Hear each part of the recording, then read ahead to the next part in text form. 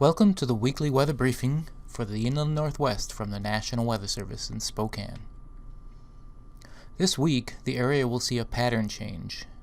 The above normal temperatures we are seeing today will gradually be replaced by below normal readings towards the middle to latter part of the week.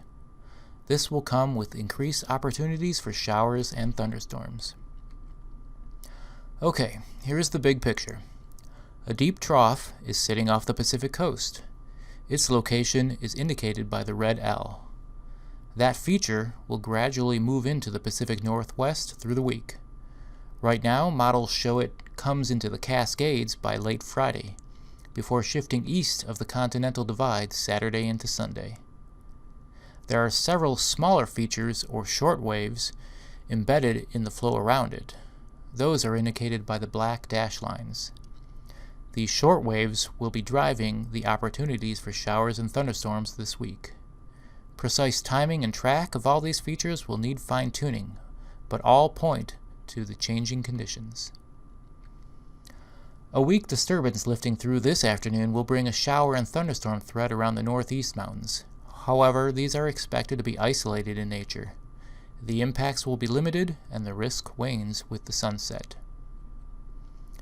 The next short wave moves in late Tuesday into Tuesday night, and it's a bit stronger.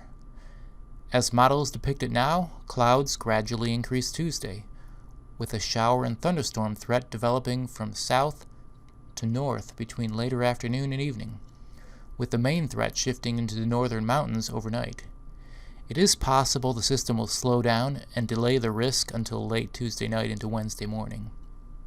Either way, potential impacts are abundant lightning and limited precipitation amounts, which may lead to some fire starts. Confidence is low in this impact.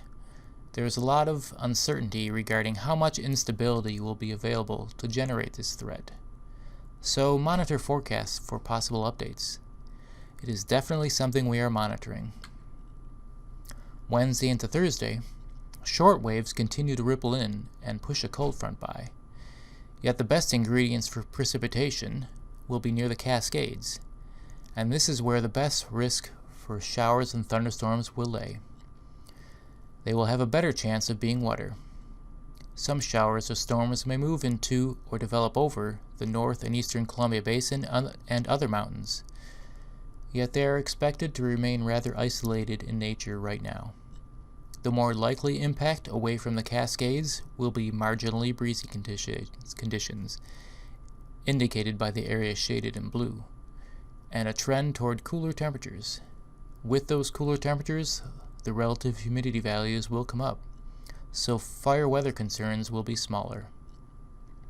Thursday night into Friday, the main low moves onshore. This will ramp up the threat of precipitation across the region. The threat begins to rise Thursday night, especially near the Cascades in southeast Washington into the central panhandle, before the risk expands throughout the region and peaks Friday afternoon and evening with afternoon instability. Areas in the orange shaded area have a pretty good risk of seeing precipitation during this time frame. This includes the threat of some brief heavy rain, lightning, and maybe some small hail.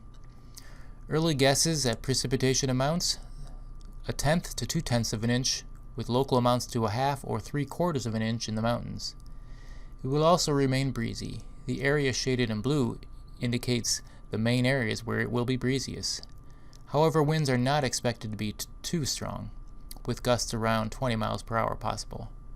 The only caveat is that thunderstorms may contain locally higher gusts. For the Labor Day weekend, the main trough starts to move east, and the primary shower and thunderstorm risk retreats to the mountains. There may be some threat lingering around the northeast Columbia Basin, but that risk will be mainly found on Saturday. Either way, the best risk will be in the afternoon and evening hours, and the entire weekend should not be a washout, even in the mountain areas. But it will be relatively cooler, especially during the morning hours. There may be some breezes in the afternoon hours, but nothing too strong. Here is a depiction of the temperature trend over the next week. All show the same story: above normal through Tuesday and below normal by Thursday. As I said, some mornings will be cool toward the weekend. Low temperatures by Saturday may dip pretty low for this time of year in a few spots. Sandpoint, for example, could see lows in the lower to mid-40s.